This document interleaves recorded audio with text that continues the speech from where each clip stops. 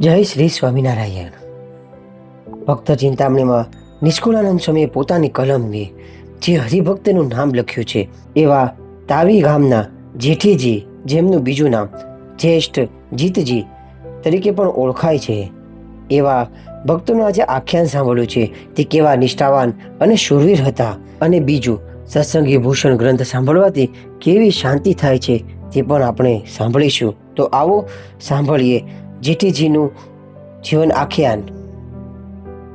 ગામ તાવીના રાજા જેઠીજી, જેમને જેઠજીતજી પણ કહેવામાં આવે છે, એવા જેઠીજી શ્રીહરિના વિશે અનન્ય નિષ્ઠાવાન અને અતિ હિતવાળા હતા.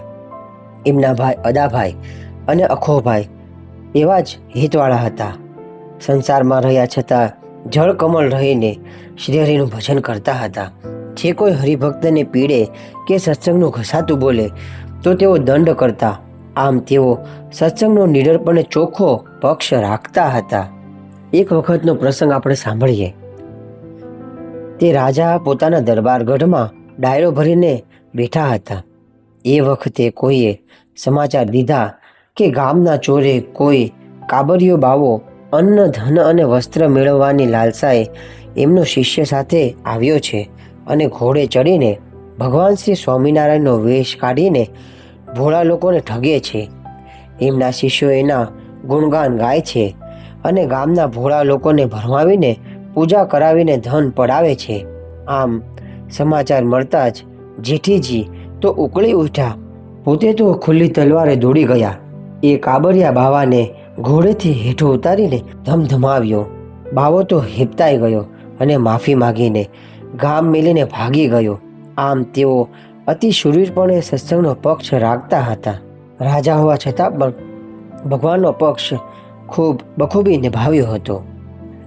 જેઠીજીના પત્નીનું યુવા અવસ્થામાં મૃત્યુ થયું હતું. કુટુંબ તેમજ સગા સંબંધીઓના ઘણો આગ્રહ હોવા છતાં તેઓ ફરીને લગ્ન ન કર્યું ને સાંખ્ય પાળીને જીવનભર ભગવાનનું ભજન કર્યું.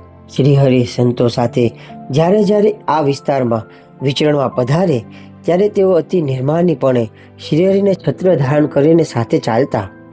જ્યારે સંવંત 1886ની જેઠ સુધી દસમીએ શ્રીહરિ સ્વધામ સિધાવ્યા ત્યારે એમને બહુ ખેદ થયો. તેમને વિયોગ બહુ થયો. આથી તેઓ રાજપાટ છોડીને શ્રીહરિના તમામ પ્રસાદીના સ્થાનોના દર્શને જવા નીકળી ગયા. ગઢપુર, કારિયાણી, સારંગપુર, કુંડળ, બોટાદ વગેરે સ્થળોએ દર્શન કરતા કરતા જ્યેષ્ઠજીતજી વડતાલ આવ્યા. મંદિરમાં શ્રી લક્ષ્મીનારાયણના દર્શન કરીને જ્ઞાનબાગ થઈને ગોમતી કાંઠે આવ્યા. ત્યાં તેઓને સદગુરુ શ્રી વ્યાપકાનંદ સ્વામી મળ્યા. દરબારશ્રી તો સ્વામીને દંડવત કરીને સ્વામીના ચરણે રડી પડ્યા. વ્યાપકાનંદ સ્વામીએ એમને સાંત્વના આપીને છાના રાખ્યા. સ્વામીએ માથે બે હાથ મેલીને કહ્યું છે, સદગુરુ શ્રી સતાનંદ સ્વામીએ બદ્રિકાશ્રમમાં શ્રી નરનારાયણ ભગવાન પાસે શ્રીહરિના ચરિત્રો જે સાંભળ્યા છે, જે દિવ્ય ચરિત્રોને સંકાદિકનો અવતાર એવા શ્રી વાસુદેવાનંદ બ્રહ્મચારીજીએ ગ્રંથસ્થ કર્યા છે, જે હું તમને સંભળાવું. જે સાંભળવાથી શ્રીહરિનો તમને સાક્ષાત્કાર થશે.